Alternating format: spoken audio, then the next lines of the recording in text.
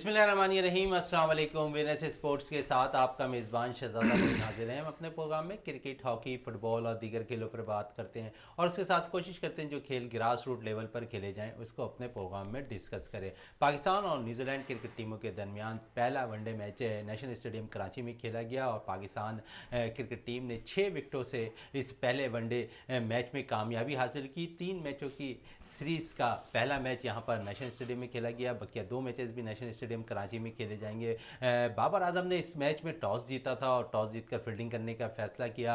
New Zealand cricket team ने 255 run score किए पहले खेलते हुए और नसीम शाह ने बड़ी ज़बरदस्त बॉलिंग का मुजाहरा किया। 5 विकेटें उन्होंने इस मैच में हासिल किया और बड़ा उम्दा परफॉर्मेंस देते हुए नजर आए। खासकर अगर फास्ट बॉलिंग के हवाले से काफ़ी अरसे से पाकिस्तानी टीम में शाहिनशाह आफरीदी के बाद कोई ऐसा बॉलर सामने नहीं आ रहा था जो अच्छी परफॉर्मेंस देता हुआ नजर आए, जो विकेट टेकिंग बॉलिंग करता हुआ नजर आए पाकिस्तान की जानिब से। तो नसीम शाह ने यह कारनामा पाकिस्तान की जानिब से अंजाम दिया और 5 विकेटें हासिल करते हुए दिखाई दिया और उन्होंने एक मुनफरद रिकॉर्ड भी अपने बुक में दर्ज कराया। वो दुनिया के वाहिद बॉलर हो गए जिन्होंने 4 वनडे इंटरनेशनल मैचों के अंदर सबसे ज़्यादा विकेटें लेने वाले बॉलर भी बन गए। 15 विकेटें उन्होंने 4 वनडे इंटरनेशनल मैचेस में हासिल की। 256 रन का जब टारगेट पाकिस्तान को मिला तो पाकिस्तान की बैटिंग के जो ओपनर थे मामूल हक जल्दी आउट हो गए, लेकिन उसके बाद हमने देखा कि फ़खर जमान ने बड़ी ज़बरदस्त बैटिंग का मुजाहरा किया। काफ़ी अरसे बाद उनका भी कम बैक हुआ था इंजरी के बाद, उन्होंने भी 56 रन स्कोर किए इस मैच के अंदर। और उसके बाद अगर हम बात करें बाबर आजम की तो बाबर आजम एक दफ़ा फिर उम्दा फॉर्म में नजर आया। उन्होंने कप्तानी वाली इनिंग जो होती है वो निभाई और बड़ा ज़बरदस्त 256 रन के टारगेट में अपना भरपूर किरदार अदा करते दिखाई दिया। उनके साथ इनफॉर्म बैटर मोहम्मद रिजवान जो टेस्ट मैचेस में पाकिस्तान की नुमाइंदगी करने से कासिर नजर आए थे, उनकी जगह सरफराज अहमद जो 4 साल बाद कम बैक करते नजर आए थे और दोनों टेस्ट मैच में सरफराज अहमद ने निफ सेंचुरी और सेंचुरी स्कोर करते हुए दिखाई दिए। लेकिन वनडे में मोहम्मद रिजवान को टीम में मुंतखब किया गया था और मोहम्मद रिजवान ने इसका भरपूर तौर पर अपनी सिलेक्शन को दुरुस्त करते हुए दिखाई दिया और पाकिस्तान की जानिब से 77 रन की उम्दा इनिंग खेलते हुए इस मैच के अंदर दिखाई दिया और पाकिस्तान ने बासानी न्यूजीलैंड को पहले वनडे इंटरनेशनल मैच में 6 विकेटों से शिकस्त दी थी। इसी सूरत हाल से बात करने के लिए हमारे साथ स्टूडियो पे मौजूद हैं जावेद इकबाल भट्टी साहब जो स्पोर्ट्स एनालिस्ट हैं, उनके साथ साथ मौजूद हैं मसर अवान साहब जो स्पोर्ट्स एनालिस्ट हैं। इनसे भी कल के मैच के हवाले से भी बात करेंगे, थोड़ी सी सिलेक्शन के हवाले से भी बात करेंगे और शान मसूद के हवाले से भी बात करेंगे, नाइब कप्तानी के हवाले से। सबसे पहले जावेद साहब के पास आते हैं। जावेद साहब क्या कहेंगे, बड़ा ज़बरदस्त है पाकिस्तानी क्रिकेट टीम की जानिब से परफॉर्मेंस देखने में आई। पहले वनडे के अंदर बॉलिंग का शोबा ले ले तो नसीम शाह ने उम्दा कारकर्दगी दिखाई। उसके साथ अगर बैटिंग की बात की जाए तो कल बैटिंग में आपने देखा कि तमाम ही बैटर्स अच्छी परफॉर्म करते हुए दिखाई दिए सिवाय इमामुल हक के। जी शहजादे भाई, कल का जो मैच हुआ है बहुत ज़बरदस्त मैच हुआ है। पाकिस्तान ने तमाम शोबों में जो है न्यूजीलैंड को आउट क्लास किया। जैसे टॉस जीतने के बाद जो न्यूजीलैंड को पहले बैटिंग करवा गई और हमारे जो बॉलर्स है काफ़ी अरसे बाद जो है ना नसीम शाह ने जो स्पेल कराया है, ये शुएब अख्तर, वकार और शहनशाह अफरीदी के बाद जो है कोई भी ऐसा बॉलर नज़र नहीं आ रहा था जो अटैक करता हुआ नज़र आया बैट्समैन पे। कॉनवे को जिस तरह उसने बॉल्ड मारा है अपने पहले ही ओवर में, वो बहुत दिलचस्प हो गया। मैच बहुत ज़बरदस्त बनाया मैच। नसीम शाह का स्पेल जो था ना वो मैन था इस मैच में। और उसके बाद देखिए फिर जो हमारी पार्टनरशिप लगी, जब हम चेस करने गए हैं 256 का, तो हमारे फ़खर ने और बाबर ने जो है बुनियाद ऐसी रख दी कि हमें मैच आसानी से चलता हुआ नज़र आया। और उसके बाद जो आकर उसने रिजवान ने अपना रोल निभाया है, जैसे आपने कहा कि रिजवान को टेस्ट में ड्रॉप कर दिया गया था, लेकिन उसने साबित किया है, जो उसको मौका मिला उसने साबित किया कि नहीं मैं भी खेल सकता हूं। और लेकिन यह है कि उसमें उसकी फॉर्म नहीं लग रही थी टेस्ट मैच में रेड बॉल पे, और वाइट बॉल में जहां से उसने फाइम छोड़ी थी वहीं से उन्होंने स्टार्ट किया। और उसके बाद मैन फैक्टर जो हारिस रऊफ़ को आपने टीम में इन किया है, हारिस रऊफ़ पता ही लग रहा था कि वो मकसद पहले भी खेल चुके, जैसे कोई बिल्कुल बहुत एतमाद वाली इनिंग्स थी और उन्होंने 3-4 जो एग्रेसिव शॉट भी खेले हैं तो पता चल रहा था कि उनमें अभी क्रिकेट बाकी है। और थ्रू आउट हमारी बॉलिंग, जो स्पिनर हमने उसामा मीर को डेब्यू करवाया है, उन्होंने जो बॉलिंग की आउट क्लास बॉलिंग की है। हमारे बॉलर्स ने तमाम 50 ओवर तक न्यूजीलैंड को पकड़ कर रखा, कहीं भी उनको खुलकर खेलने का मौका नहीं दिया। आप यहाँ से देख लें कि हमारी बॉलिंग और फील्डिंग इतनी अच्छी थी कि किसी भी प्लेयर ने 50 रन नहीं किए न्यूजीलैंड की तरफ से। और हमारी तरफ से आपको पता है कि 350 हो गए। फ़खर ने कर दिए, बाबर ने कर दिए, रिजवान ने कर दिए और हारिस ने 32 रन किए, बहुत उम्दा। और ये नो डाउट के जो नई इंतज़ामिया आई उन्होंने जो फतह की चाबी दी थी इन लड़कों को, तो ये 2023 में इन्होंने फतह का दरवाज़ा जो है अब खोल दिया है। लास्ट टाइम भी हमारा जो न्यूजीलैंड के साथ 2022 में आखिरी मैच वर्ल्ड कप में हुआ था, हमने न्यूजीलैंड को डिफीट किया था, जिसमें बाबर ने 100 किए थे और शहनशाह अफरीदी ने 3 विकेट जिसमें ली थी। बिल्कुल 3 विकेटें लेते हुए दिखाई दिए थे। मज़हर साहब, बाबर आजम पे बड़ा सवालिया निशान चल रहा था कप्तानी के हवाले से। हम जिस तरह बोर्ड की जो सिलेक्शन कमेटी के चेयरमैन हैं बूम बूम लाला, वो बड़ी जो है उनके ख़िलाफ़ शायद आपस में बहुत सी कम्युनिकेशन का फुकदान नज़र आ रहा था। फिर हमने देखा कि एक ग्रीन सिग्नल मिलता दिखाई दिया नजम सिटी की जानिब से बाबर आजम को, और नजम सिटी ने बाकायदा तौर पर जो है बाबर आजम को इख्तियारात दे दिए कि आप तमाम फैसले जो हैं आप ही करते हुए दिखाई देंगे। सिलेक्शन के आखिरी हतमी 11 रुकनी जो स्क्वाड होगा आप ही सिलेक्ट करेंगे। अच्छा, बाबर आजम के हवाले से अगर एक चीज़ देखें तो मज़हर साहब हम देखते हैं कि बाबर आजम ने आखिरी 11 इनिंग अगर खेली है तो 11 इनिंग के अंदर जो है 6 फिफ्टियाँ हैं उनकी, 4 सेंचुरियाँ हैं, सिवाय एक मैच में जहाँ पर उन्होंने 1 रन स्कोर किया। तो समझ रहे हैं बैटर्स के तौर पर तो बड़ी उम्दा परफॉर्म दिखा रहे हैं, लेकिन वनडे में भी कप्तानी अच्छी करते दिखा रहे हैं, लेकिन सवालिया निशानात क्यों उठते हुए दिखाई दे रहे हैं? फिर नजम सिटी की जानिब से उन्हें ग्रीन सिग्नल मिल जाता है कि बाकायदा तौर पर आपको अख्तियार है कि जो आखिरी हतमी 11 रुकनी स्क्वाड होगा वो आप ही सेलेक्ट करेंगे। बहुत शुक्रिया आपका। देखें, बाबर आजम जो है ना, कभी भी बाबर आजम के ऊपर जो है उंगली जो है वो एज ए बैट्समैन तो कभी भी नहीं उठाई। उन्होंने अगर फॉर्म में थे या नहीं थे, सबको पता है, दुनिया में सबको पता है कि वो एक बेहतरीन बैट्समैन है और जब वो खड़ा होगा तो रन करेगा। जिस तरीके से आपने बताया कि लास्ट 11 इनिंग्स में उनकी 4 सेंचुरियाँ और 6 सेंचुरियाँ, तो इसका मतलब है कि एक इनिंग्स में वो 50 से पहले आउट हुए हैं। इसके मतलब उनकी फॉर्म को आप देखें कितनी बेहतरीन फॉर्म चल रही है। तो भारत कभी भी जो है ना उसको एज ए बैट्समैन तो कभी भी जो है उसके ऊपर नुक्ताचीनी नहीं की गई। हाँ, ज़रूर जो है ना उसकी उनकी कैप्टनशिप पे जो है ना ज़रूर जो है नुक्ताचीनी हुई। देखें, ज़रूरी नहीं है कि जो बहुत अच्छा बैट्समैन हो, जो बहुत अच्छी फॉर्म में हो, ये ज़रूरी नहीं है कि वो इतना अच्छा कैप्टन भी हो। तो जो कुछ कैप्टन जो होते हैं वो इतने अच्छे जो है वो ना तो बॉलर होते हैं ना कोई इतने अच्छे बैट्समैन होते हैं, मगर वो एक लीडर होते हैं। तो लीडर जो है वो टीम को साथ लेके चलता है। जिस तरीके से देखें, आप देखें कि मैं एक मिसाल दूंगा आपको कि सरफराज की मैं बात कर रहा हूँ। तो सरफराज जो है वो इतना अच्छा जो है वो मतलब उसने जो बैटिंग उस कैलिबर की नहीं की जिस कैलिबर की जो है वो करता है अपना रिजवान या फिर वो अपना हमारा जो कैप्टन कर रहा है बाबर आजम कर रहा है। मगर उसकी क्वालिटी उनकी कैप्टनशिप में और इसी कैप्टनशिप में ज़मीन आसमान का फ़र्क है। उसको जो है टीम को चलाना आता है। देखें, ग्राउंड के अंदर जो है टीम चलाना बहुत डिफरेंट चीज़ होती है। अगर जो है ना, अगर वो कैप्टन सारा टाइम ये सोचता रहे कि मैंने इस वक्त किससे बॉलिंग करानी है, उससे करवानी है, उससे करवानी, तो वो अपनी जो उसकी अपनी जो एबिलिटी है उसके ऊपर ज़रूर फ़र्क पड़ता है। ज़रूर है। ऐसे बहुत ही कम जो है ना बैट्समैन, जैसे बहुत कम बॉलर होते हैं जो कि अपनी भी एबिलिटी को शो कर रहे होते हैं और साथ टीम को भी चला रहे होते हैं। तो मैं समझता हूँ कि जो है ना ये तो चीज़ें जो है ना, या तो ऐसा है कि इसको साथ लेके चलना पड़ेगा कुछ अरसे तक। अभी तक तो खैर काफ़ी मेच्योर हो चुका है कैप्टनशिप में भी, और कैप्टनशिप ठीक है आहिस्ता आहिस्ता हमारे यहाँ तो पाकिस्तान टीम में आने के बाद जो है ना चीज़ें सीखी जाती हैं। अगर बैट्समैन है तो वो बैटिंग भी आके जो है ना पाकिस्तान की टीम में आके सीखता है, और बहुत सारी चीज़ें भी पाकिस्तान की टीम में, तो कैप्टन भी जो है ना पाकिस्तान टीम में आने के बाद ही जो है ना होते हैं। जहाँ तक शाहिद अफरीदी और उसकी बात है बाबर आजम की जो है ना थोड़ा सा मिसकम्युनिकेशन हो सकता है। अच्छा, मिसकम्युनिकेशन के हवाले से बात कर लें थोड़ा सा। आज ही मिसबाहुल हक ने एक निजी टीवी पे अपना बयान दिया है कि ये मामला जो है आपस में मिलकर जो है सॉल्व कर लेने चाहिए, बजाय इसके कि मुख्तलिफ प्रेस कॉन्फ्रेंस में मुख्तलिफ सवालात होते हुए दिखाई दे रहे हैं। तो एक अच्छा जो है तजवीज़ देते हुए नजर आए मिसबाहुल हक, जो हमारे साबका टेस्ट क्रिकेटर रहे। बिल्कुल, देखें मिसबाहुल हक जो है वो कैप्टन भी रहे हैं और सिलेक्शन के कमेटी के चेयरमैन भी रहे, तो उनको एक्सपीरियंस है कि किस तरीके से जो है ना मैनेज किया जाता है। देखें, जब जो है सब लोग एक पेज पे होते हैं, सिलेक्टर अपने एक पेज पे होता है, कोच भी होता है और जो है ना जो कैप्टन होता है, ये तीनों जो है ना एक पेज पे होते हैं। तो जो किसी एक पे प्रेशर पड़ रहा होता है वो प्रेशर नहीं पड़ता। तो मैं समझता हूँ कि जो है ना सबको एक पेज पे होना चाहिए। ख्वाह अंदर अगर आपके अंदर कोई ऐसी चीज़ें जो है ना मिसअंडरस्टैंडिंग हो रही है या कोई कंफ्यूजन हो रही है, तो वो आपस में टीम जो है एक कमरे में बैठ के बात करें, ना कि वो जो है ना दुनिया की मीडिया के सामने जो है ना वो वो चीज़ें जगहसाई का अच्छा, सबब बनती तरीके से दिखाई इस दे तरीके रही से है। क्या होता है कि दूसरे लोग जो है ना हंसते हैं। तो हमने जो है ये पाकिस्तान की टीम है और सब लोग जो है पाकिस्तान के लिए ही खेलते भी हैं, सोचते भी हैं सब कुछ। ये आपके घर की या मोहल्ले की टीम नहीं है कि जो है ना कोई एक बंदा फैसला कर ले।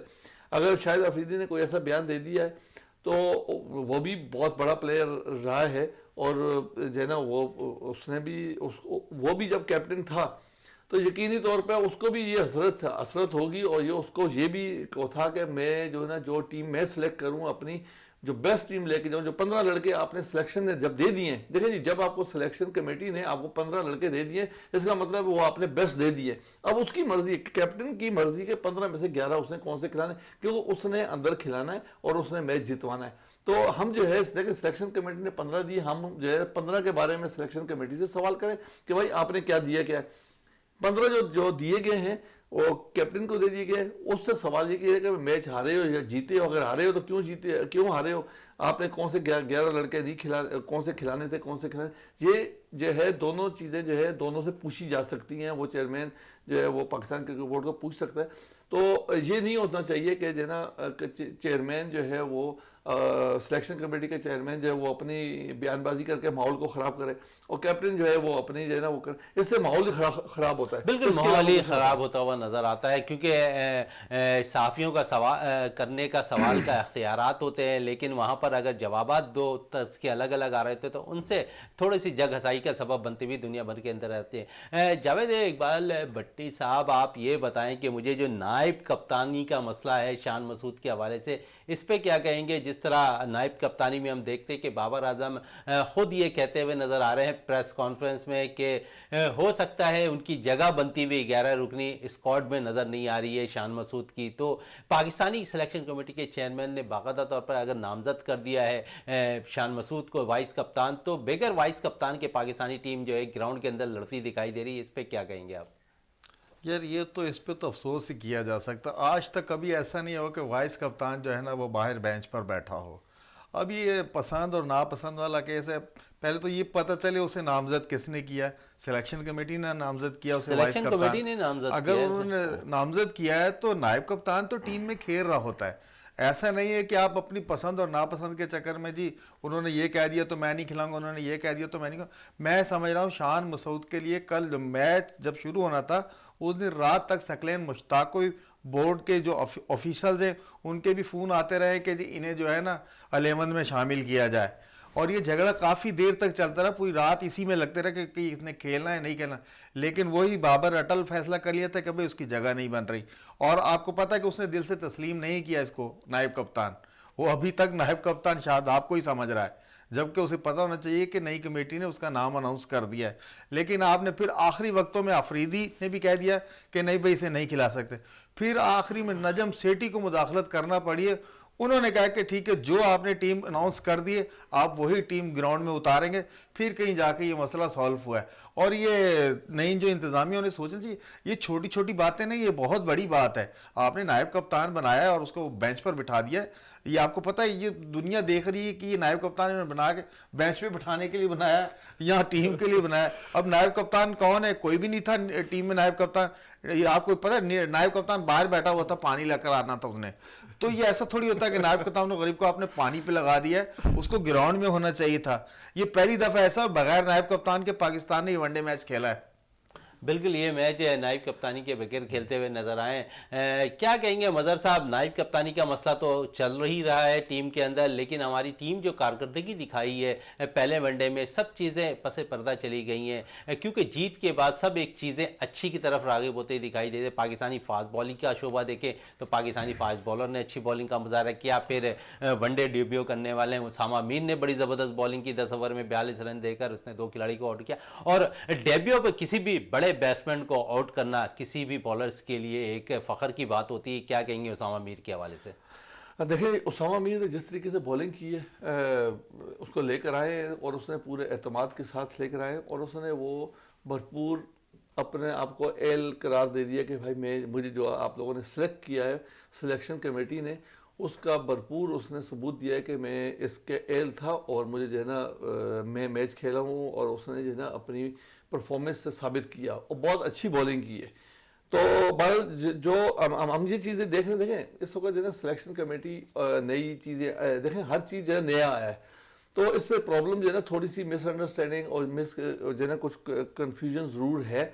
मैं समझता हूँ कि आहिस्ता आहिस्ता आगे चल के जो है ना ये सारी जो मिसअंडरस्टैंडिंग है ये सारी ख़त्म होनी चाहिए, क्योंकि जो है ना देखें पिछले जो 2-3 सालों के अंदर साल के अंदर जो है जो रमीज़ आज़ाद साहब थे उस वक्त जो भी सिलेक्शन कमेटी थी वो सिलेक्शन कमेटी थी, इसके अलावा जो 7 लोग थे कोचेस थे, जो उनकी अपना एक सिस्टम चल रहा था कि उन्होंने एक लाइन खींची हुई थी कि किस लड़के को खिलाना है और किस लड़के को नहीं खिलाना। लेकिन मदर भाई आप ये जो नई इंतज़ामिया आई है इसे तो इसका क्रेडिट देगा ना, जो परफॉर्म कर रहा है वो टीम में आ रहा है, उसने अनाउंस कर दिया। अभी उसामा मीर की आप बात कर रहे थे, वो परफॉर्म कर आया, उसने पाकिस्तान कप में विकेटों के ढेर लगा दिए, फाइनल में मैन ऑफ द मैच रहा, इसी वजह से उसने परफॉर्म किया और टीम में इन हुआ है। और इन होने के बाद उसने साबित किया कि मैं डिजर्व करता था। बिल्कुल, यानी कि जो उसने, आपने देखा विलियमसन को जो उसने बॉल कराई है वो विलियमसन कैरियर में, उसके कैरियर में ऐसी बॉल नहीं जो उसामा मीर ने उसने कराई, उसे पता ही नहीं चला कि कब बॉल आई और कब विकेट गई। बिल्कुल सही, इतनी अच्छी उसने डिलीवरी कराई। तो बाल जो है ना देखें, हम जो है ना यही वाली बातें कर रहे हैं कि देखें जो इस वक्त जो सिलेक्शन कमेटी है ये काम तो बहुत अच्छा कर रही है। जो पुराना जो सिलसिला था कि जो है ना पसंद और नापसंद वाला सिलसिला था, वो कम से कम हमारे पास से खत्म हुआ है। और इस चीज़ को जो है ना, और टीम के अंदर भी यकीनी तौर पे कुछ ना पसंद नापसंद जरूर है, ये तो रहता है, ये रहेगा जी हाँ। और इसको आहिस्ता आहिस्ता ही खत्म कर सकते हैं, क्योंकि जो है ना हम लोगों ने जो है माहौल जो है सिलेक्शन कमेटी ने भी ऐसा बना दिया था और टीम के अंदर भी बना दिया था, जिसकी वजह से पूरी टीम जो है ना बिखरी हुई नजर आती। अब देखेंगे यही टीम अभी देखें कितना अच्छा खेल रही है। यही टीम जो 2 महीने पहले जब हम लोग वर्ल्ड कप खेलने के लिए गए हुए थे, यही टीम थी, आपके पास मिडिल ऑर्डर नहीं था, जबकि मिडिल ऑर्डर था आपके पास, मगर आपने उसको जो है टीम में लिया ही नहीं था। मजर पे हमारा बेंच नहीं था, पीछे बेंच खाली था, जो 16 लड़के थे वही खेल रहे थे। अगर आज इसने परफॉर्म नहीं किया तो उसको खिला दिया, उसने नहीं किया तो उसको खिला दिया। आपके पास स्ट्रेंथ तो होनी चाहिए, बेंच पे तो बंदे होने चाहिए। अब देखा ना इस सिलेक्शन कमेटी ने कितना अच्छा किया, आपको 20-22 लड़के दे दिए कि जब आपका परफॉर्म नहीं करता आप ले आए, बंदे के पीछे, प्लेयर के पीछे प्लेयर बैठा हुआ है, तो जो परफॉर्मेंस देगा वो खेलेगा। तो जाहिर है जो खेलेंगे वो परफॉर्म करेंगे तो खेलेंगे। ऐसे ही है, बिल्कुल ऐसे ही। मगर इस वक्त जो मैं यही वाली बात कर रहा था बोली कि इस सिलेक्शन कमेटी ने कम से कम जो है ना आपके जो पसंद और नापसंद और एक जो लगाई हुई थी कि इस लड़के को नहीं खिलाना, उस अच्छे देखे जी हम। अच्छा, इस पे मजीद भी बात करेंगे। मजहर साहब वक्फे के लिए कहा जा रहा है, वक्फे से वापस आते हैं तो गुफ्तगू को मजीद जारी रखते हैं और खासकर सिलेक्शन के हवाले से भी बात करेंगे और डोमेस्टिक में अच्छा परफॉर्म करने वाले खिलाड़ियों को जिस तरह सिलेक्शन कमेटी ने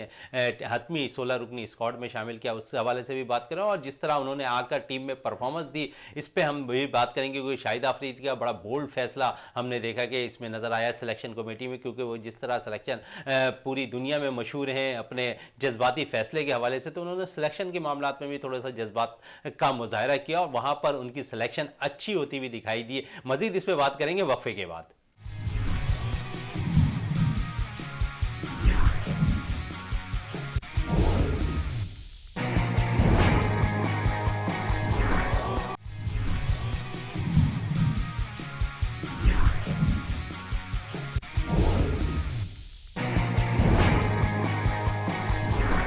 वक्फे से पहले बात हो रही थी शाहिद खान आफरीदी के हवाले से, जिस तरह उन्होंने अपने बोल्ड फैसले लेते हुए दिखाई दिए, सिलेक्शन में अच्छे और उम्दा खिलाड़ियों को परफॉर्म करना टीम में शामिल किया और फिर वो प्लेयर्स जब 11 रुकनी स्क्वाड में शामिल हुए तो उन्होंने परफॉर्म किया। हमने देखा कि टेस्ट मैचेस के अंदर सरफराज अहमद 4 साल बाद विकेट कीपिंग करते हुए नजर आया और फिर उन्होंने परफॉर्म किया। दोनों टेस्ट मैचेस के अंदर निफ सेंचुरी भी स्कोर की और सेंचुरी भी स्कोर करते हुए दिखाई दिए और उसके बाद फिर हमने देखा कि वनडे मैचेस का आगाज हुआ तो वनडे मैचेस के अंदर हमने देखा कि उसामा मीर जो लेग स्पिनर हैं उन्हें टीम में शामिल किया। डोमेस्टिक क्रिकेट में बड़ी ज़बरदस्त और उम्दा परफॉर्मेंस दिखाते हुए नजर आ रहे थे उसामा मीर। आखिर लम्हात में जो है उनके सिलेक्शन शादाब खान के बाइस बनी। शादाब खान आखिरी लम्हात में इंजरी का शिकार हुए और उसके बाद जो है उसामा मीर को 16 रुकनी स्क्वाड में शामिल किया गया और फिर उन्हें पहले वनडे इंटरनेशनल मैच में जो है डेब्यू कराया गया और डेब्यू में उन्होंने जिस तरह परफॉर्मेंस दी वो सबके सामने है। इस पर मजीद भी बात करेंगे। मजहर साहब से। मजहर साहब, बुम बुम लाला जिस तरह जज्बाती अंदाज में बैटिंग भी करते हैं, जज्बाती अंदाज में बोलते भी हैं, जज्बाती अंदाज में फैसले भी करते हैं, तो उनका ये फैसला जो 2 प्लेयर्स के लिए रहा अब तक वो सही साबित हुआ। सरफराज के हवाले से हुआ, सरफराज ने परफॉर्म किया, उसामा मीर के हवाले से हुआ, उसामा मीर ने परफॉर्म किया। तो क्या देखते हैं कि क्योंकि वो अब ऐसा लगता है कि जिस तरह जो बोर्ड के चेयरमैन है नजम सिटी साहब, वो उनको अभूरी तौर पर तो अभी शाहिद आफरीदी काम कर रहे हैं, लेकिन उनका यही कहना है कि मुस्तकिल तकरीबन जो है 2023 के वर्ल्ड कप तक जो वो हमारे साथ रहे, लेकिन ऐसा होता हुआ दिखाई नहीं दे रहा। शाहिद आफरीदी से जब इस बारे में सवालात किए गए तो शाहिद आफरीदी ने कहा कि मैं चैरिटी मामलात में बहुत ज़्यादा उलझा हुआ हूँ, क्योंकि उनके अपनी चैरिटी खुद वो काम कर रहे होते, तो इसलिए थोड़ा सा टाइम निकालना मुश्किल दिखाई दे रहा है। समझ रहे हैं जिस तरह के फैसले शाहिद आफरीदी जो है सिलेक्शन में करते हुए दिखाई दे रहे थे, उनके फैसले दुरुस्त भी साबित हो रहे थे और प्लेयर्स जो मुंतखब कर रहे थे वो परफॉर्म भी कर रहे थे। तो अगर शाहिद आफरीदी कुछ अरसे तक मजीद रह जाते हैं सिलेक्शन कमेटी के जो सिलेक्टर्स हैं, तो फैसले अच्छे करते हुए नजर आएंगे, प्लेयर्स अच्छे निकाल कर लेकर आएंगे जो डोमेस्टिक में अच्छा परफॉर्म करते हैं, फायदा साबित होता हुआ दिखाई देगा पाकिस्तान क्रिकेट टीम को। जी देखें, ऐसा है कि जब जो है ना आपको अपनी जॉब सिक्योर करने का नहीं हो तो आप इसी तरीके से फैसले करेंगे। अगर आप अपनी जॉब को बचाने के लिए चक्कर में पड़े रहेंगे, आप जो है अपने वो बोर्ड फैसले करते हुए डरेंगे कि मैंने अगर इस लड़के को खिला दिया, अगर ये फेल हो गया तो मेरी जॉब कहीं जगह न चली जाए। तो जब आप जो है ना इस तरीके के फैसले करेंगे तो आपको दिलराना तौर पे जो है आपको फैसले करने पड़ेंगे, जिससे देखें आप जब जो है ना जो दिलेर कैप्टन भी शाहिद आफरीदी रहे, उन्होंने उस वक्त भी बड़े अच्छे फैसले किए हैं।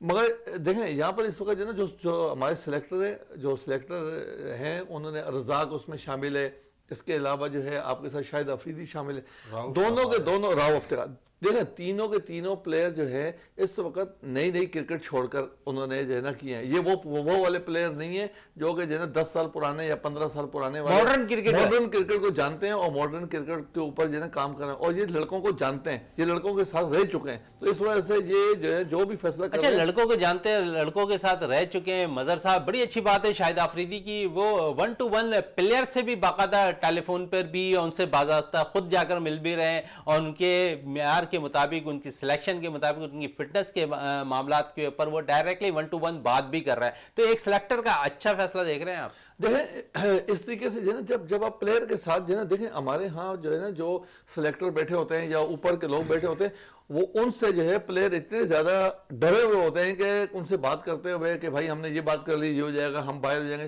देखें सिलेक्टर का काम यही है, और उसको जो है ना दरअसल कोई भी किसी भी प्लेयर को आप बनाना चाहें ना, उसको आप कॉन्फिडेंस दे दें।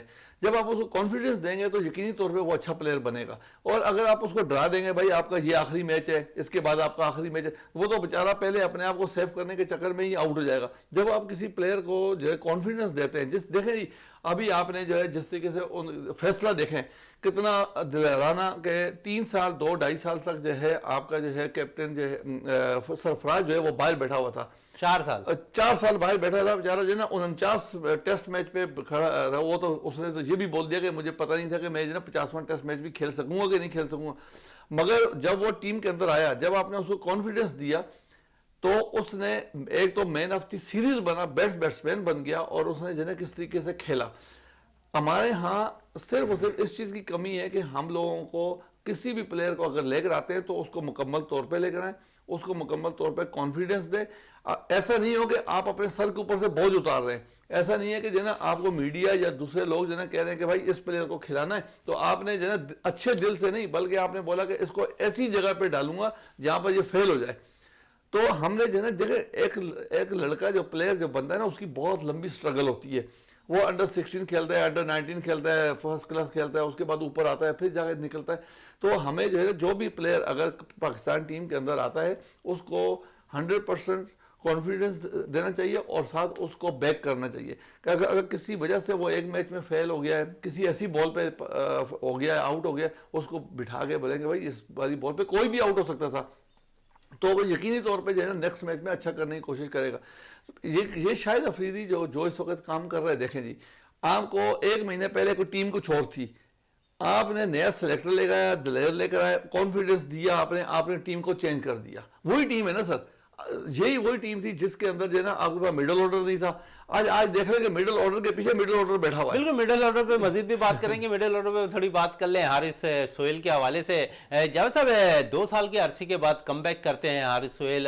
जिस तरह की इनिंग का आगाज वो उन्होंने आकर किया, ऐसा नहीं लगता था कि उन पे कोई प्रेशर है। जिस तरह उन्होंने आके लंबे छक्के भी मारे, उसके साथ बाउंड्रीज भी लगाई, तो क्या उनके साथ 2 साल तक जाती होती रही कि जो सिलेक्शन कमेटी थी उन पर इन्हिसार नहीं कर रही थी, और मिडिल ऑर्डर के लिए हमेशा हम चीखते रहे कि मिडिल ऑर्डर हमारा कमजोर है। हालांकि मिडिल ऑर्डर पे आके कल उन्होंने रन किया और मैच को फिनिश किया। यही मोइन भाई, आपने पहले जो इसे कहा था कि शाहिद अफरीदी जो है वो बाकायदा प्लेयरों से भी मिल रहा है, वो ऑन ग्राउंड जाकर मिल रहा है, जो फैसले कर रहा है वो ऐसे ही नहीं कर रहा है। देखिए उसके साथ तो ज्यादती तो थी, 2 साल हो गए आपके मिडिल ऑर्डर फेल हो रहा था। आप जब भी हार रहे थे मिडिल ऑर्डर की वजह से हार रहे थे। ओपनर अगर नहीं खेल रहे तो मिडिल ऑर्डर की जिम्मेदारी कोई भी नहीं ले रहा था, नीचे रन नहीं बन पा रहे थे। अब देख ले कल हुआ है, कल उसने बिल्कुल बड़े दिल से खेला, लग नहीं रहा था कि गैप आया इसके, यानी कि 2 साल का गैप आया। वो आ रहा था जैसे पंक्चुअल खेलता ही हारा है टीम से हमारी, तो उसने आके रन्स भी उस क्रूशल टाइम पे रन्स किए। आप ये हल्का मैच जो है ये आसान मैच नहीं था, ये हारिस रऊफ ने आकर जो बड़ी शाटें 2-3 खेली हैं उससे मैच आसान होता गया, रने बॉल आ गए थे आप, लेकिन उसकी जो इनिंग्स थी और जो तजर्बा था वो काम आया, बहुत कॉन्फिडेंस से खेला। एक नया प्लेयर होता है, जैसे सरफराज ने कहा था कि मैं जिस दिन पहला टेस्ट खेल दोबारा जब मैंने डेब्यू किया तो ऐसा लगा था मैं डेब्यू कर रहा हूँ, मेरे दिल की धड़कनें तेज हो रही थी। तो उसने वो शो तो नहीं किया, वो तो हारिस के साथ भी यही रहा था, लेकिन उसने परफॉर्मेंस दी, बहुत अच्छी परफॉर्मेंस दी। और लाला की बात आप कर रहे हैं, देखिए पहले जो चीफ सेलेक्टर थे मोहम्मद वसीम, उससे आज की नई नस्ल जानती भी नहीं थी कि कौन आ गया सेलेक्टर। जो पुराने प्लेयर थे उनको तो पता था कि ये भी साबिक टेस्ट क्रिकेटर है। लाला को बच्चा बच्चा जानता है, और लाला की यहाँ नहीं बात हो रही। आप जरा हमारे पड़ोसी मुल्क सरहद पार करें तो वहाँ का मीडिया भी चीख रहा है कि भाई ऐसा सिलेक्टर लेकर आओ, शाहिद अफरीदी जैसा सिलेक्टर लेकर आओ जो टैलेंट देख रहा है और उसको मौका दे रहा है। पहले टैलेंट ज़ाया हो रहा था हमारे यहाँ, ग्राउंडों में उम्रें बड़ी हो गई, उसके बाद आ नहीं सकते आगे। आपने जैसे ताबिश को डेब्यू कराया 35-36 साल की उम्र में एक टेस्ट खिलाकर फास्ट बॉलर को, तो लाला जो है जो टैलेंट नजर आ रहा है, लाला बोल्ड फैसले कर रहा है, मीर हमजा को लेकर। देखिए उसने फाइनल में मैन ऑफ द मैच रहा, और लाला ने बकायदा दूसरे दिन अनाउंसमेंट कर दी कि मीर हमजा भी खेलेगा। और इससे पहले भी जिसका जो हक बनता है वो सबको ले आया, बेंच स्ट्रेंथ पर ले आया। पहले आपके पास कोई नाम ही नहीं होते थे। की बात हो रही है जावेद साहब, तो कल जो टीम 11 रुकनी स्क्वाड पे खेल रही थी और उसके साथ हमने देखा जो बेंच पे लड़के बैठे हुए थे वो भी भरपूर तौर पर जो ऐसे लड़के थे जो किसी की भी जगह किसी वक्त भी ले सकते हैं, इतनी मजबूत बेंच स्ट्रेंथ थी। 11 रुकनी स्क्वाड के हवाले से क्या कहेंगे, कितनी मजबूत कल नजर आ रही थी आपको? मिडिल ऑर्डर भी मजबूत, आपके स्पिनर्स भी मजबूत, आपके फास्ट बॉलर भी मजबूत, आपके ओपनर्स भी मजबूत, तो आपको लग रहा था बैलेंस टीम बिल्कुल खेल रही है कल टीम पाकिस्तान की? शहजादे भाई टीम कल बिल्कुल बैलेंस थी, उसमें कोई दो राय नहीं कि टीम बैलेंस नहीं थी। आपका हमेशा से जो था ओपनर स्कोर करते बैटर तो नीचे से रन्स चलते, लेकिन आप देखें ना जिस तरह से बाबर खेला है, फिर फखर आकर खेल रहा था, इन दोनों ने जो बुनियाद रख दी ना इनिंग्स की, वो जीत की बुनियाद इन्होंने ही रख दी थी। ठीक है, मामूल आउट हो गया, उसमें कोई दो राय नहीं कि वो अच्छी बॉल थी, बहुत अच्छी बॉल हो रही थी, वो आउट हो गया। लेकिन उसके बाद देखिए जो बैट्समैन तसलसल के साथ रन्स बनते चले जा रहे थे, भले किसी ओवर में 2-3 भी बने थे, लेकिन रन कहीं भी नहीं रुके। हम आखिर तक रन जिस रफ्तार से बना रहे थे 4-5-6 4-5-6 इसी एवरेज के साथ हम खेलते गए, और 11 ओवर्स पहले जो है हम अपने हदफ को पहुंच गए। तो ये टीम तो बेहतर नजर आ रही है। और आपने जो बेंच की बात की है, देखें गुलाम बैठा हुआ था, शान मसूद बैठा हुआ था, ये आपको पता है ये बैट्समैन मिडिल ऑर्डर के, शाहनवाज बॉलर के पीछे बॉलर बैठा हुआ, बैट्समैन के पीछे बैट्समैन बैठा हुआ है। तो जो अंदर उतरे हुए थे 11 ने पता था हमने परफॉर्म करना है। आज अगर नहीं परफॉर्म कर पाए तो जाहिर है कल लाला उसको चांस दे देगा। लाला तो आपको पता पूरी दुनिया मशहूर है बोल्ड फैसले करने में, वो किसी की नहीं रखता है, जो हक की बात है वो मुंह पे करता है। अच्छा, हक की बातें मुंह पे करता हुआ दिखाई देता। मतलब सब है जिस तरह बोल्ड फैसले लाला लेते हुए नजर आ रहे हैं। कल हमने देखा कि एक ही विकेट कीपर 16 रुकनी स्क्वाड में मोहम्मद रिजवान खेल रहे हैं। कल जब वो खेलने आए थोड़ा सा प्रेशर समझ रहे थे, सरफराज ने मैन ऑफ द सीरीज का अवार्ड हासिल किया टेस्ट मैचेस के अंदर, और फिर कल जो है मोहम्मद रिजवान वनडे में अपना मैच खेल रहे थे, थोड़ा प्रेशर नजर आया मोहम्मद रिजवान पे आपको कि वो काफी अरसे के बाद जो है वनडे मैचेस खेल रहे थे? नहीं, मैं नहीं समझता कि जो है ना वो उसको जो है ना वनडे पे जो है ना वनडे या T20 में प्रेशर होगा, क्योंकि वो वाइट बॉल का बहुत अच्छा प्लेयर है और वो सिर्फ जो स्ट्रगल कर रहा था वो रेड बॉल पे कर रहा था। और उसने जो है टेस्ट मैच में अभी उसको जो है ना देखें, टेस्ट मैच बिल्कुल डिफरेंट जो है ना क्रिकेट है। हम जो है ना हम इसी वजह से जो है ना बार बार जो है ये चीज़ें बातें डिस्कस करते हैं कि ग्रास रूट लेवल पे जो है ना जो काम करना होता है वो आपको छोटी क्रिकेट के लिए प्लेयर नहीं बनाने, आपने बड़ी क्रिकेट के लिए जो है ना प्लेयर बनाने होते हैं जो कि टी20 हमारे यहाँ सबसे बड़ी हमारी बदकिस्मती यही है कि हम टी20 से जो है हम अपनी वनडे की टीम और टेस्ट टीम बना रहे होते हैं। देखिए हर दुनिया के किसी भी मुल्क में आप देख रहे हैं हर फॉर्मेट के लिए उन्होंने तकरीबन अपनी अपनी नई टीमें बनाई हुई हैं और उसमें जो है अच्छे लड़के डले हुए। टी20 के लिए जो है उन्होंने अपनी एक टीम बनाई है, वनडे के लिए टेस्ट। देखिए हमारे पास इस वक्त टी20 की भी टीम मौजूद है। इस वक्त हमारे पास जो इस वक्त जो टीम हम देख रहे हैं ये वनडे की टीम भी बेहतरीन टीम है, क्योंकि आपके पीछे लड़के के पीछे लड़का लगा हुआ है। अभी आपके पास जो फास्ट बॉलर है वो जो है ना फास्ट बॉलर भी बेंच पे बैठे हुए हैं और आपके पास जो बैट्समैन है वो भी आपके पास बैठे हुए हैं। अगर कोई खुदा ना खास्ता इस वक्त कोई इंजरी किसी भी प्लेयर को अगर आ जाती है, बॉलर को आ जाती है या बैट्समैन को आ जाती है, तो उसको रिप्लेस करने के लिए 100% जो है ना पीछे दूसरा लड़का बैठा हुआ है। और मैं समझ रहा हूँ, देखें अभी आप उसामा मीर को ही देख लें। मज़हर भाई मैं समझ रहा हूँ अब ये ज़रूरत नहीं है कि पाकिस्तान को जो है रेड बॉल का कप्तान और टीम बिल्कुल अलग से अनाउंस करनी चाहिए। 3-4 लड़के ये हैं जो ये वनडे में खेल रहे हैं, टी20 में खेल रहे हैं, वही डिजर्व करते हैं टेस्ट खेलने के लिए। बकाया मैं चाह रहा हूँ बिल्कुल मैच्योर बैट्समैन और बॉलर और कप्तान बिल्कुल रेड बॉल का अलग होना चाहिए। इस पे आपकी क्या राय है? हर जगह बिल्कुल सही कह रहे हैं आप। इस वक्त जो है दुनिया के अंदर ऐसा है सिलसिला कि वाइट बॉल के कैप्टन हिलाता है, टेस्ट के लिए हिलाता है। देखिए जो वनडे और टेस्ट के लिए वनडे और टी20 के लिए जो प्लेयर होते हैं वो उसकी थिंकिंग और चीज होती है। तो जो टेस्ट के लिए जो कैप्टन होगा या बैट्समैन होगा वो जो है ना ठंडे मिजाज का होता है और वो उसने पूरे 5 दिन जो है ना उसने वो क्रिकेट खेलनी होती है। तो मिजाज के मुताबिक आपने टी20 के लिए भी आपने उसी मिजाज का एग्रेसिव कैप्टन चाहिए, आपको वनडे के लिए भी आपको वैसे ही चाहिए और टेस्ट के लिए आपको ऐसा चाहिए कि जो कि लॉन्ग टर्म होना चाहिए और वो ज़हनी तौर पे बहुत पुख्ता जाया चाहिए। देखें आपने सारा दिन धूप में खड़े होना है, आपको पूरा दिन जो है विकेट नहीं मिलेगी, शाम के टाइम पे आपने 5 खिलाड़ी आउट कर देने एक ही सेशन पे, तो आपको मुस्तकिल मिजाज होना पड़ेगा, ऐसा कैप्टन हमें चाहिए। मैं समझ रहा हूँ कि ना हमें टेस्ट के लिए हम समझते हैं कि मैं समझ रहा हूँ कि सरफराज जो है ना आपने यानी आप समझिए तीनों फॉर्मेट के लिए कप्तान अलग अलग होने चाहिए। बिल्कुल होने चाहिए। दुनिया के अंदर ऐसा तीनों में नहीं, कम से कम 2 में तो बनता है। टी20 और वनडे के लिए आपके पास कैप्टन मौजूद है। अब हम उसको ऊपर कोई बात नहीं कर रहे। टेस्ट मैचेस के लिए आपको जो है चेंज करना पड़ेगा ताकि जो है ना आपकी देखें हमारी जो टीम है, हमारे पास जो है टेस्ट फॉर्मेट के लिए हमारे पास टीम नहीं है इस वक्त, क्यों हम लोगों ने एक पाकिस्तान में ऐसा माहौल बना लिया है कि कोई लड़का भी टेस्ट क्रिकेट खेलने के लिए तैयार ही नहीं है।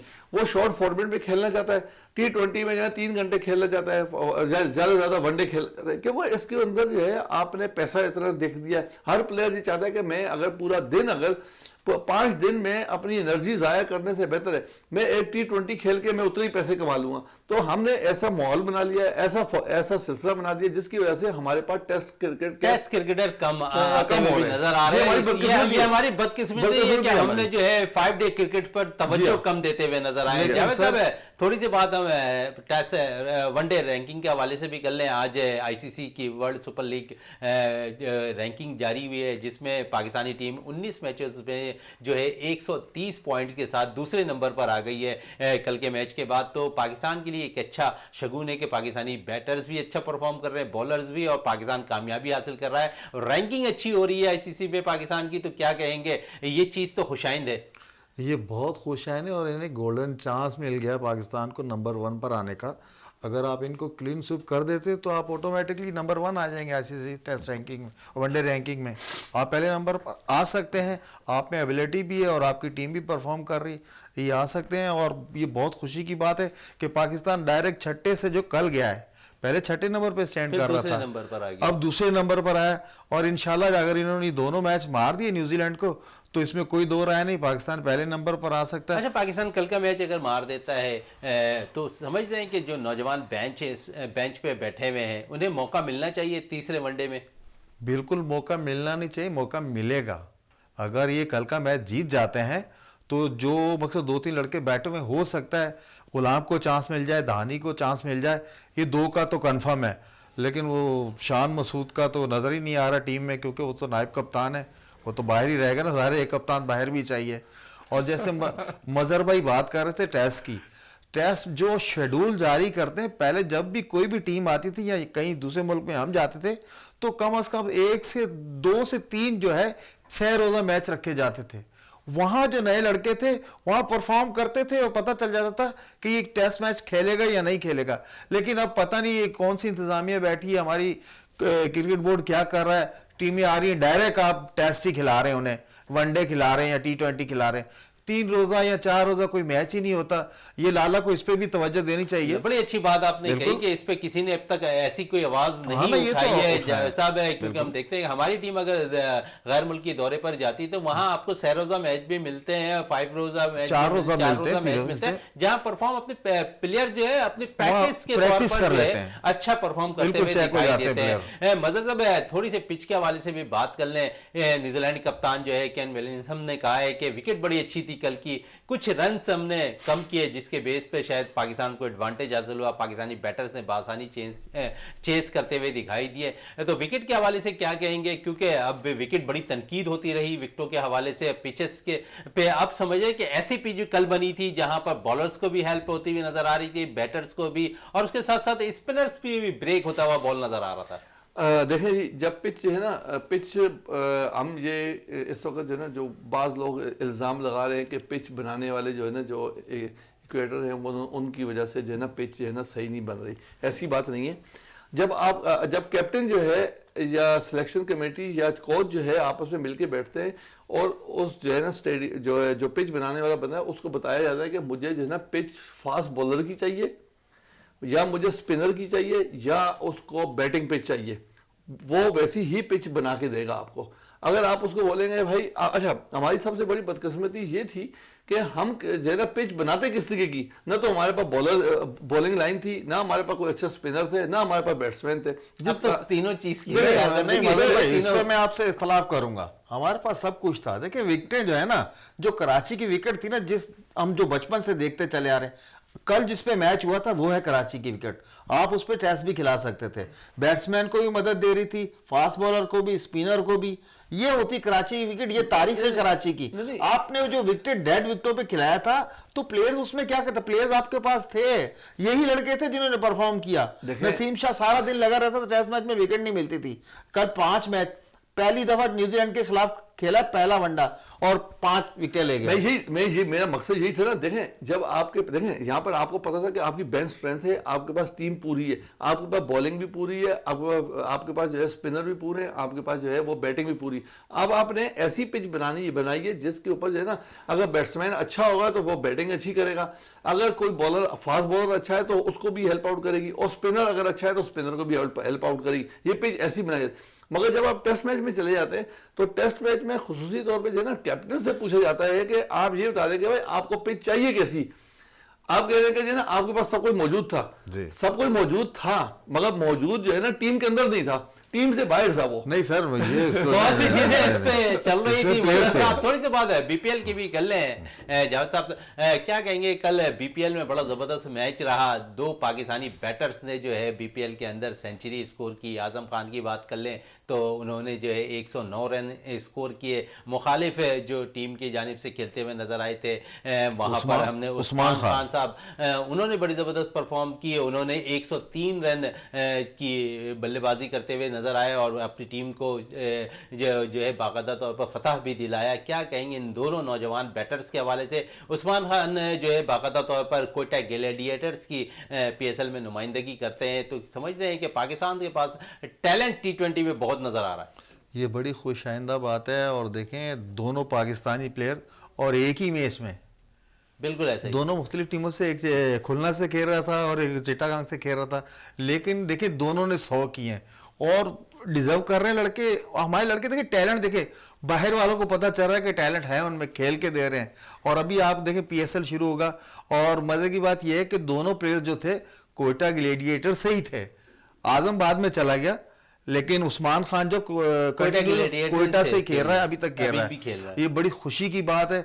और हमारे लिए बाइस से फख्र है कि उन्होंने बांग्लादेश प्रीमियर लीग में जाके जो है ना पाकिस्तान का नाम रोशन किया। जिस तरह से आजम ने लंबे लंबे छक्के मारे स्टेडियम से बाहर, और इस उस्मान कादर की टीम, जीत तो उस्मान खान की टीम गई, लेकिन जो छक्के मारे थे वो आजम खान ने मारे थे। अच्छा, दोनों ये ने बहुत अच्छा छक्के लगा। मारे हैं, मजहर साहब 5-5 छक्के दोनों ने मारे हाँ। इस मैच के अंदर, तो मैच का लुत्फ दुबाला कर दिया होगा। शायकीन क्रिकेट को अच्छे मैचेस देखने में मिले होंगे। आजम खान के हवाले से मजहर साहब क्या कहेंगे? अच्छा प्लेयर निकल कर सामने आ रहा है, शायद उस पर एक छोटा सा दाग लगता हुआ नजर आ रहा है मोइन खान का, जिसके बाइस जो साबका चीफ सेलेक्टर थे उन्होंने टीम मुंतखब करने में, उनको टीम में शामिल करने के बाद भी साइड लाइन कर दिया। गो के थोड़ा सा वेट ज्यादा है आजम खान का, लेकिन परफॉर्म अच्छा कर रहे हैं वो।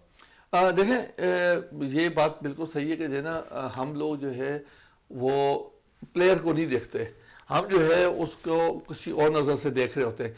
देखें, प्लेयर मोइन खान का बेटा हो, मियांदाद का बेटा हो, इमरान खान का बेटा हो, किसी का बेटा, इमामुल हक को ले लें। आप उसको छोड़ दें, उसके वालिदैन को छोड़ दें, उसके वालिद को छोड़ दें, आप ये देखें कि वो लड़का वो टैलेंट क्या है। देखें, इस वक्त जो है आपके पास जो है ना आजम खान एक अच्छा हार्ड हिटर, आपके पास मिडिल ऑर्डर में बहुत अच्छा बैट्समैन है आपके पास, एज ए विकेट कीपर।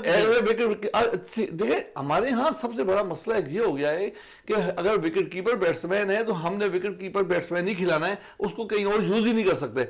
देखें, आपके पास न्यूजीलैंड क्रिकेट टीम खेल रही है, उसके 3 विकेट कीपर। आप इंग्लैंड को देख लें, उसमें जो है 2-2 3-3 विकेट कीपर जो है कर रहे होते हैं। देखें, हमारे जो विकेट कीपर है इनको भी चाहिए कि जो है ना आप जो है ना विकेट कीपिंग को छोड़ के इसके अलावा आप जो है फील्डिंग का भी आपको महारत होनी चाहिए।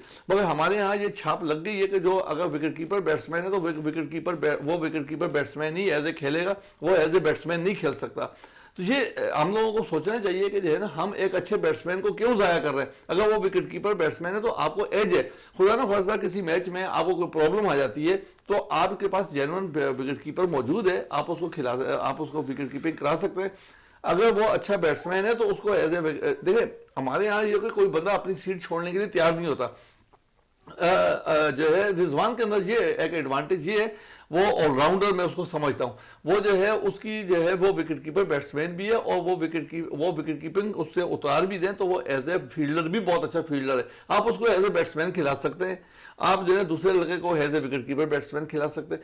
मगर हमारे यहाँ सबसे बड़ी हमारी बदकिस्मती है कि जो है हम जो है जो लकीर के फकीर बने हुए हैं, जिस तरीके से चल रहा है उसको उसी तरीके से चलाना चाह रहे हैं। और साथ जो है ना हम जो है जो लड़का है, लड़के के इस वक्त पीक लगी हुई है। जैसे फॉर एग्जाम्पल आजम खान का इस वक्त जो है रिदम बना हुआ है, वो वहाँ पर जो है बांग्लादेश में बेहतरीन क्रिकेट खेल रहा है। रिदम बना हुआ है मजहर साहब, जब रिदम पे होते हैं खिलाड़ी तो उस वक्त अगर सिलेक्शन कमेटी उन्हें चांस दे दे तो क्या समझ रहे थे अच्छा परफॉर्म करते हुए नजर आएंगे? अगर शाहनवाज धानी की हम बात कर लें, माजी में जिस तरह PSL में उम्दा परफॉर्मेंस दी, लेकिन थोड़ा सा लेट उन्हें टीम में शामिल किया गया, इस पे क्या कहेंगे? देखिए, यही हमारा सबसे बड़ा जो है ना अलमिया फिक्र है कि जो है जब हमारा प्लेयर जो है ना अपनी पीक पे होता है, जैसे दानी जो था वो पिछले 2 साल जो है अपने PSL में अपने पूरे पीक पे था, हमें उससे फायदा उठाना चाहिए था। देखें, इनके ऊपर हम लोगों ने इन्वेस्टमेंट की हुई है, तो इन्वेस्टमेंट की हुई तो हमें इनसे जो है लेना है, फायदा उठाना चाहिए था। मजहर रहमान साहब, प्रोग्राम में थोड़ा सा टाइम कम है। मजहर रहमान साहब आपका बहुत बहुत शुक्रिया। जावेद इकबाल भट्टी साहब आपका बहुत बहुत शुक्रिया। प्रोग्राम का अख्ताम करते हैं इस दुआ के साथ कि पाकिस्तान में खेल और खिलाड़ी तरक्की करते रहें और पाकिस्तान का सबसे लाली परचम दुनिया भर में रोशन रहे। इसी के साथ अपने मेज़बान शहजादा मोइन को इजाज़त दे। पाकिस्तान जिंदाबाद।